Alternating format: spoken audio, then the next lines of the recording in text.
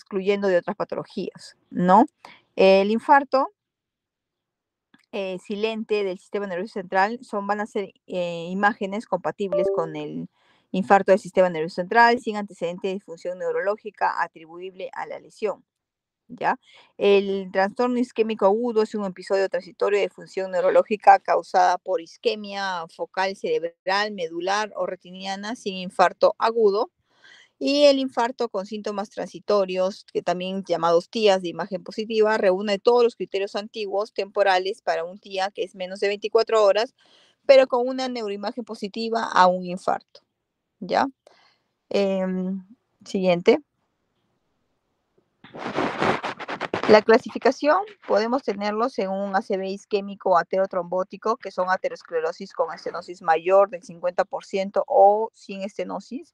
Tenemos los factores de riesgo importantes, la edad, la hipertensión, la diabetes, el tabaco, la hipercolesterolemia. Los ACV isquémicos cardioembólicos, que son cardiopatías embolígenas, ¿no? Como la FA, la estenosis mitral, las prótesis ya sean de la válvula aórtica o mitral y una endocarditis, ¿no?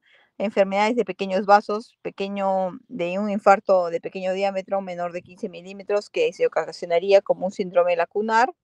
Los ACV isquémicos de causa inhabitual, ¿no? Porque puede ser una disección arterial, una displasia fibromuscular, una dolicoestasia, una enfermedad sistémica. Y los ACVs isquémicos de causa indeterminada, que no se sabe la causa, ¿no? Tenemos bastantes riesgos modificables y no modificables. Entre los no modificables está la edad, el sexo, antecedentes familiares, la genética, la hiperhomocisteinemia, pacientes que viven en altura, y los modificables que son la hipertensión, el tabaquismo, la diabetes, la dislipidemia, la estenosis carotidia, la FA, la terapia hormonal, el sedentarismo, la obesidad, la dieta, el alcohol y las drogas. En esta foto siguiente estamos hablando sobre el recuerdo anatómico, ¿no? La circulación anterior, que está por la carótida interna, ¿no? Como lo ven en la imagen, y la circulación posterior, que va a estar en la vértebro-basilar del paciente. El cuadro clínico es muy importante que ustedes lo sepan, ¿no? Tanto de una enfermedad isquémico-arterial de la arteria cerebral anterior, de la cerebral media y de la cerebral posterior. Ustedes saben que esas son preguntas de examen, ¿no? Y también ustedes van a diferenciar así según la clínica. Cuando tenemos un ACV de la arteria cerebral anterior, hay una hemiparesia o hemiplegia del miembro inferior contralateral, pérdida sensitiva del miembro inferior contralateral, una incontinencia urinaria, una anosmia, apraxia, que es dificultad para ejecutar movimientos aprendidos, y un reflejo primitivo, ¿no? El reflejo de agarre y reflejo de succión. En la arteria cerebral media hay una hemiparesia o hemiplegia de la mitad inferior de la cara y extremidades contralaterales como fascio braquial, pérdida sensitiva de la cara y extremidades contralaterales, ataxia de extremidades contralaterales, afasia de expresión, de comprensión o global, se produce si la lesión ocurre en el lado dominante, una apraxia, que es dificultad para ejecutar movimientos aprendidos, y una desviación ocular conjugada hacia el lado de la lesión. En la tercera, que es la arteria cerebral posterior, ¿no?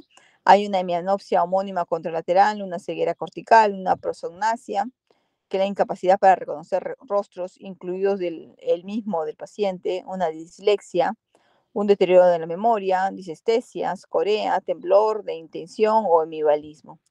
El cuadro clínico de una ACV vértebro-basilar va a ser mareos, náuseas, nistagmos, dismetría, capacidad alterada para realizar movimientos rápidos y alternos, la pérdida del equilibrio y la coordinación. El manejo es muy importante, ¿no? Tenemos un manejo primero que tenemos que reconocer los síntomas y signos del ACV, llegar en una forma adecuada a la emergencia del hospital. Hay que evaluar el tiempo de enfermedad, la historia clínica, el examen neurológico, los diagnósticos, el tratamiento, que lo más efectivo es una trombolisis, una trombectomía, un tratamiento médico, y posteriormente va a ser de mucha importancia la rehabilitación, ¿no? ¿Cómo sospechamos clínicamente de un infarto cerebral en un paciente? ¿No? Cuando el paciente presenta de un inicio repentino, brusco, un déficit neurológico, ya sea debilidad facial, debilidad del brazo, de la pierna, hay ataxia, hay afasia, hay disartria, pérdida del campo visual, preferencia de la mirada por un lado, alteraciones sensoriales, y eso nos tiene que llevar a que nosotros tengamos que acudir inmediatamente a emergencia. Los pacientes con sospecha de un ACV agudo debe clasificarse con la misma prioridad que un traumatismo grave, ¿no? O también con la misma rapidez y la misma importancia que un infarto agudo de miocardio, ¿no? Porque el paciente va a quedar con bastantes lesiones. Entonces, en el siguiente diapositiva tenemos lo que ya hemos mencionado, ¿no? La debilidad facial, la debilidad del brazo, ¿no? Cuando encontramos a un paciente con una simetría facial, ¿no? Esos son la clínica prehospitalaria para hacer una escala de un infarto, de un stroke, ¿no? En la siguiente diapositiva encontramos que es importante ver la FAS, el FAS, ¿no? Que significa el accidente cerebrovascular FAS, la simetría facial, la, el no poder levantar un brazo, ¿no? La dificultad para hablar, la disartria y el tiempo, ¿no? Que es importante. Tenemos que tener en cuenta que tenemos que saber del paciente el inicio de los síntomas, ¿no? Hacerle la historia clínica en forma adecuada, ¿no? Síntomas y signos, ictus o días previos, eventos previos he tenido, comorbilidades, paciente si ha sido fibrilador o no ha sido fibrilador, si tiene éxtasis sanguíneo, si hay pacientes que tengan trombosis venosa profunda o trombosis arteriales, la medicación que también produce bastantes trombosis, ¿no? Las medicaciones habituales, como hemos visto, las terapias hormonales o anticonceptivos en los pacientes, mujeres, los factores de riesgo y la escala de ranking modificada, ¿no? Que eso lo vamos a ver más adelante. La siguiente, ya. Cuando llega el paciente a la emergencia, tenemos que evaluar la estabilidad del paciente, ¿no? Hacer rápidamente una historia clínica en la puerta, ¿no? Vemos al paciente ya a veces con los signos del stroke, ¿no? Y inmediatamente hay que tomarle una tomografía computarizada sin contraste, ¿no? Debe ser lo más rápido posible, ¿no? Para evaluar si hay una oclusión en algunos vasos grandes. Acá tenemos unos cuadros que son muy sencillos de que lo puedan aprender, ¿no? Un paciente con un infarto agudo tiene que ver la clínica inmediatamente, hacer una evaluación prehospitalaria, notificar al hospital, hacer una evaluación, pedirle una tomografía y evaluar si es hemorrágico o no es hemorrágico, ¿no? Si es hemorrágico, ya sabemos que puede ser una hemorragia subaracnoidea o intracraneal, y no hemorrágico, un ACV isquémico, ¿no? En el ACV isquémico tenemos que evaluar, como les había dicho, si es un TIA menos de 24 horas, ¿no? Si el ACV isquémico es entre 3 horas o de 3 a 4.5 horas o de 4.5 horas a 6 horas. Esto es para ver si el paciente es candidato a una terapia de lisis, ya sea con el alteplase. Como ya les había dicho, o bueno, no les he dicho, o mis alumnos de rotación les he dicho cómo se tiene que lisar un paciente, porque ustedes pueden salvar la vida de un paciente, ¿no?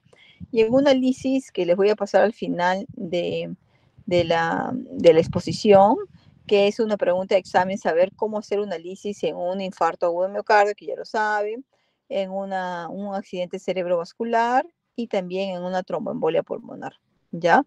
Es muy importante que ustedes sepan cuál es el medicamento que se usa en estos hospitales de nivel 3 para poder salvar la vida de un paciente, porque no vamos a esperar que el paciente siga infartándose, ¿no? Cerebralmente.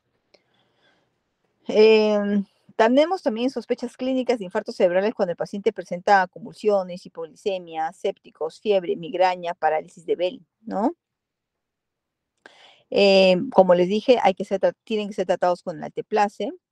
Hay que hacer el diagnóstico de esto inmediato para poder empezar la lisis y evitar el daño del paciente.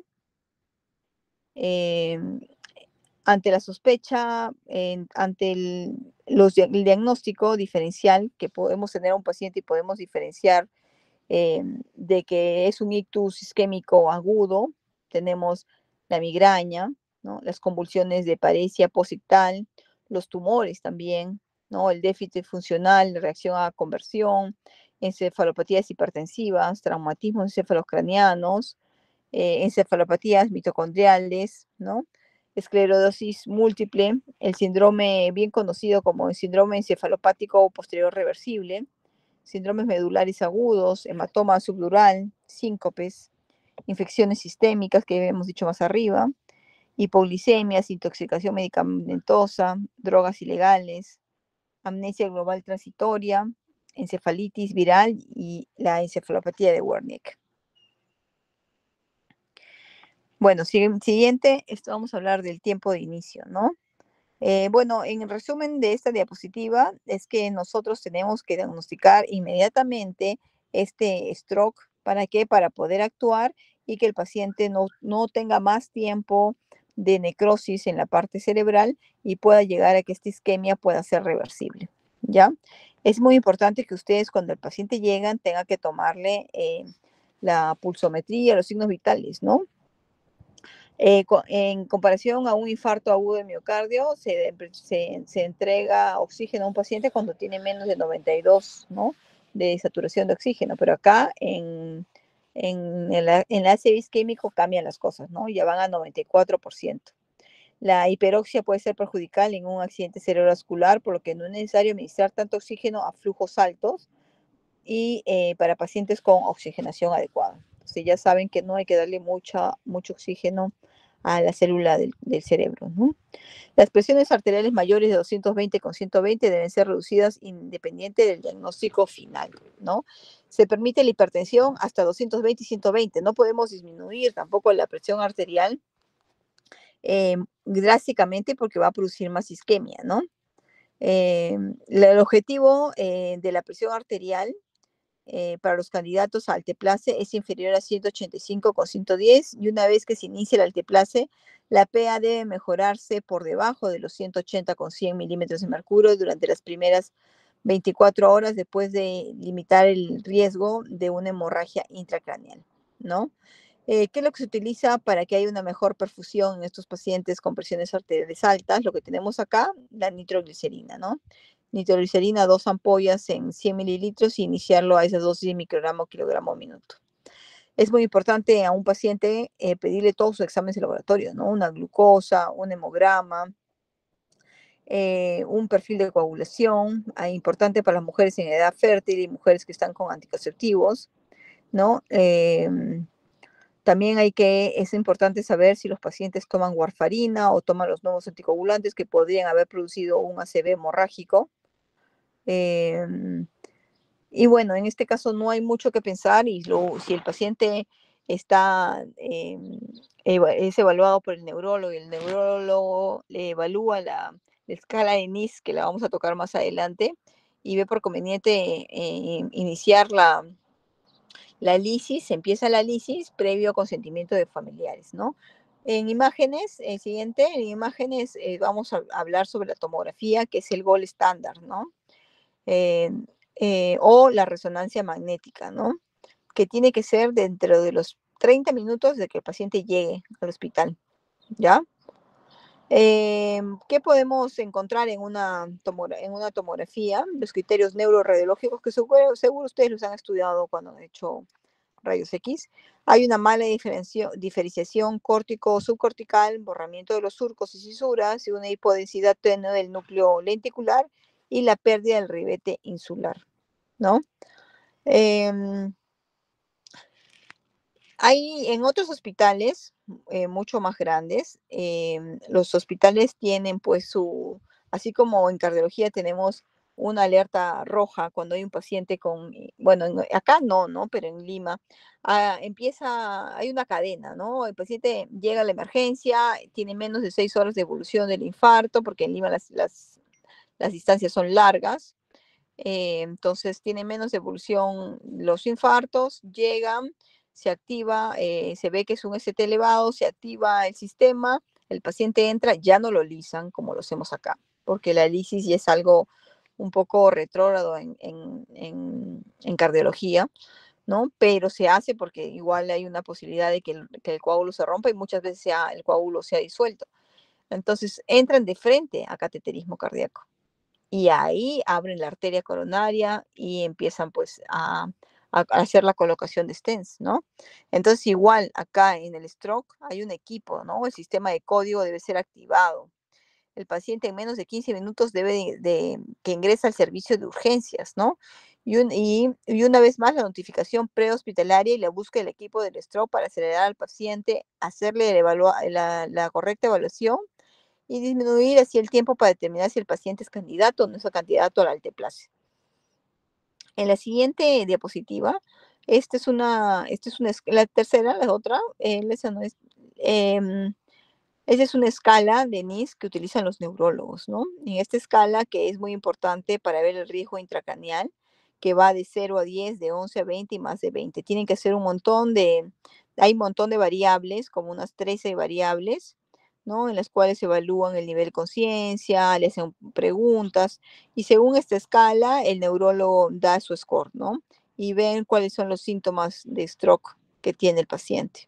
Y según eso, ver la posibilidad de que se pueda hacer el inicio de la lisis.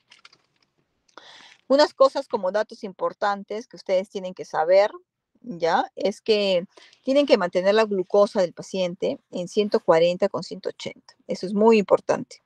Ya se ha demostrado que la hiperglicemia va a empeorar los resultados y aumenta el riesgo intracraneal después de que un paciente tenga un ACV isquémico, ¿ya? Un paciente con ACV isquémico que tenga glucosas altas, la probabilidad de que se convierta en hemorrágico es alta, ¿ya? Tenemos que mantener una eubolemia en el paciente, ¿no? Administrar líquidos endovenosos como soluciones isotónicas a 1.5 mililitros por kilogramo por hora inicialmente, ¿no? Hay que tener una monitorización cardíaca. Bueno, el monitor nos va a indicar si el paciente está en un ritmo regular, pero para eso le hacen una interconsulta a cardiología procede a evaluar al paciente, en ese momento pueden encontrarlo al paciente en un ritmo sinusal sin ningún problema, pero ante un paciente con sospecha de FA hay que encontrar una arritmia cardíaca, ya sea un flutter o ya sea una fibrilación auricular, por lo que se debe de pedir al paciente un holter de 24 horas, ¿no? Que es esencial para un paciente, así tenga arritmia o no tenga arritmia, un paciente con ACV isquémico tiene que pasar por evaluación cardiológica.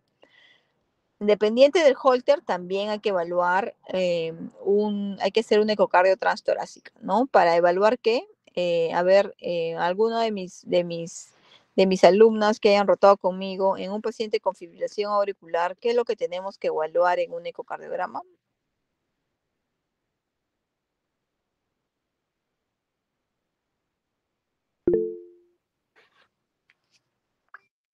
Ya, a ver, ¿quién habló? Doctor, la dilatación de la aurícula izquierda. La dilatación de la aurícula izquierda. ¿Quién habló? Camila Montaro, doctor. Ah, ya, Camila. Ya, muy bien. Entonces tenemos que evaluar la dilatación de la aurícula izquierda, ¿no? Entonces, eso es importante, evaluar la dilatación de la aurícula izquierda para ver que no haya formación de coágulos, ¿no? Y eso se dispare. También hay que poner, cuando vayan a iniciar el teplace, evitar la sonda vesical, la sonda nasogástrica, catéteres interarteriales durante 4 horas, no administrar anticoagulantes plaquetarios durante 24 horas. Los pacientes tienen que estar en NPO hasta que vuelva a su capacidad de deglución, ¿no? Como les decía, en la siguiente diapositiva hay que tener los hipovolémicos. Bueno, el paciente tiene que estar euvolémico, ¿no? Porque a veces está deshidratado, ¿no? La hipervolemia también puede exacerbar el edema isquémico y aumentar el estrés en el miocardio. Y la euvolemia es deseable en el contexto del ACV isquémico agudo, ¿no? Y la mayoría de los pacientes deben de recibir líquidos isotónicos para mantener en forma la solución salina normal. El inicio acá de un inicio de un alteplase para iniciar la lisis es menor a 3 horas, ¿no? El tiempo mucho más corto, ¿no? Ya sabemos que la alteplase es un medicamento trombolítico y es el único activador de plasminógeno tisular aprobado para el tratamiento de ACV isquémico agudo en los Estados Unidos, ¿no? Y si el tiempo transcurrido desde el inicio del ACV isquémico es menor a 3 horas, se debe confirmar que no haya contraindicaciones para administrar ese alteplase, ¿no? El alteplase, la dosis es de 0.9 miligramos por kilogramo de peso. El 10% inicial de la dosis total del alteplase se administra en un bolo de 1 minuto y luego el resto se administra durante 1 hora, ¿ya? Se debe administrar 100 mililitros de solución salina después de la infusión de 1 hora para enjuagar la vía endovenosa para que garantice que se administre toda la dosis completa. Durante el ingreso del paciente en el área hospitalaria o la transferencia se debe realizar la observación continua de las complicaciones del alteplase, ¿no? Primero que puede ser una anafilaxia, ¿no? Lo cual va a llevar a que tenga una intubación rápida. Segundo, si hay problemas de hemorragias o un deterioro repentino del estado mental. Las guías nos dicen sobre la administración del alteplase.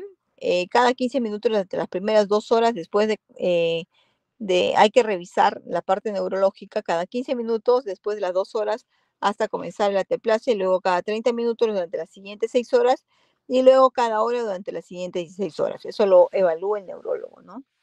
Lo que no es bueno es una disminución repentina del estado neurológico durante o después de la administración del alteplase, que puede deberse a que el paciente esté empezando con una hemorragia intracraneal.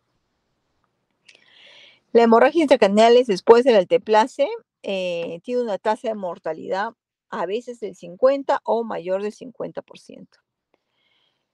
El inicio recomendable de este tratamiento, entre 0 y 6 horas, el tratamiento endovascular, ¿no? Si el paciente tiene una oclusión de un vaso grande, como la arteria cerebral media, porción proximal, la arteria carótida interna, intracraneal o arteria basilar o vertebral, o sospecha de una oclusión de vaso grande, el paciente está dentro de las 6 horas desde el último momento conocido en buen estado, se debe considerar el tratamiento de una trombectomía mecánica, ¿no? Eso ya lo hacen en hospitales nivel 4.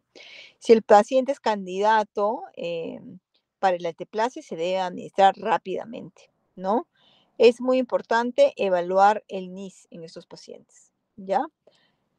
Como siguiente, ya, esa.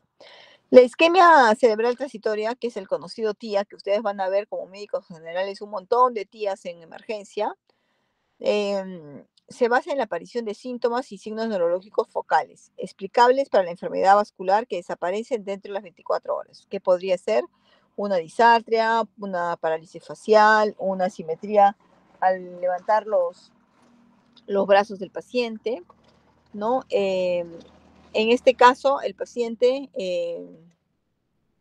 tiene que ser evaluado por neurología y el tratamiento de estos pacientes de por vida, así ya haya pasado el cuadro de isquemia transitoria, hay que ser con aspirina y atorvastatina, ¿no? Aspirina de 100 miligramos cada 24 horas y atorvastatina de 20 miligramos como una prevención secundaria. Todos los pacientes, independiente que hayan tenido un TIA y que haya pasado este evento rápidamente, tienen que ser evaluados por neurología para descarte de qué, de una fibrilación auricular, ¿ya? Y como última diapositiva tenemos la prevención secundaria, ¿no? Ya habíamos hablado, la aspirina, la atorvastatina, la anticoagulación con warfarina, pero eso solamente en pacientes que tengan arritmias cardíacas o que tengan una prótesis, ya sea de válvula aórtica o mitral. Y la indicación de doble integración plaquetaria, ¿no? Con ASPI y con clopidogrel, cuando tienen el NIS menor de 3 o tienen una estenosis intracraneal, observando siempre que haya presentado algún sangrado del paciente, ¿no? Y por último sería la endarterectomía carotidia, y como parte complementaria y final para que un paciente pueda salir de un evento isquémico agudo, que va a ser la recuperación lenta, pero que va a haber una recuperación, en la terapia física y rehabilitación, ¿no? Ya sea una rehabilitación en el paciente que pueda recuperar a hacer sus labores por lo menos a un 50% y también una terapia de lenguaje, terapia cognitiva, terapia conductual en pacientes que no pueden porque tienen la fascia ya sea global o una fascia expresiva o una fascia de entendimiento, ¿no? Bueno, entonces eso es lo que ustedes tienen que saber en relación a las enfermedades cerebrovasculares. ¿Qué arteria está, según la clínica, qué arteria es la que está obstruida? Tienen que saber cuáles son los valores del NIS, cuándo esa escala de NIS la tienen que saber, qué es lo que evalúa la escala de NIS, ¿no? Luego tienen que saber cuáles son de todas las enfermedades cerebrovasculares, isquémicas, hemorragias y subaranoideas, cuál es la más frecuente, ¿no? ¿Cuál es el tratamiento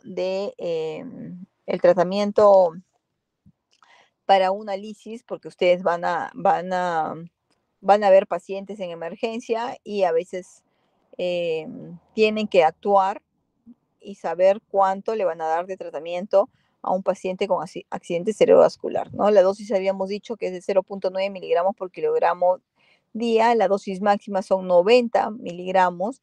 Ustedes saben que el alteplase viene de 50 miligramos, o sea, necesitamos 2 frascos, donde el 10%, ya lo hemos dicho, pasa la dosis en 1 a 2 minutos y el 90% restante pasa en 60 minutos, ¿no?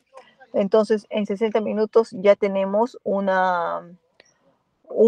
algún cambio a favor del paciente o en contra del paciente, ¿no? Y ya el neurólogo va a seguir evaluando según su NIS cómo va la escala neurológica del paciente. ¿Alguna pregunta que me quieran hacer?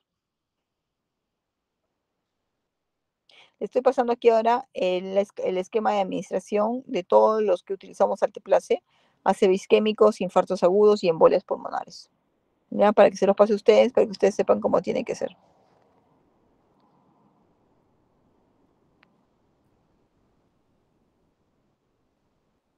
¿Alguna pregunta?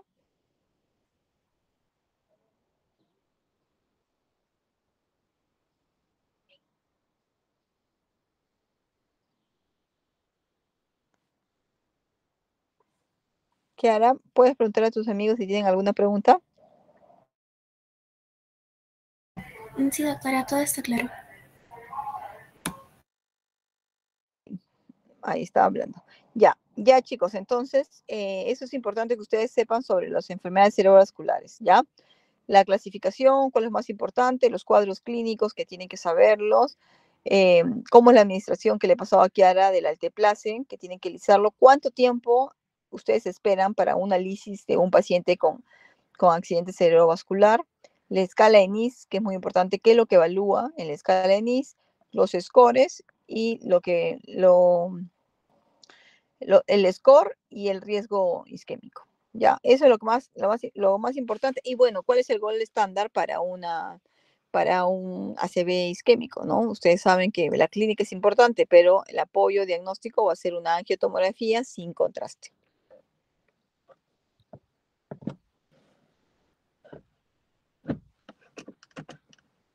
Ya, si no hay ninguna pregunta, entonces ahí culminamos la clase de enfermedades cerebrovasculares.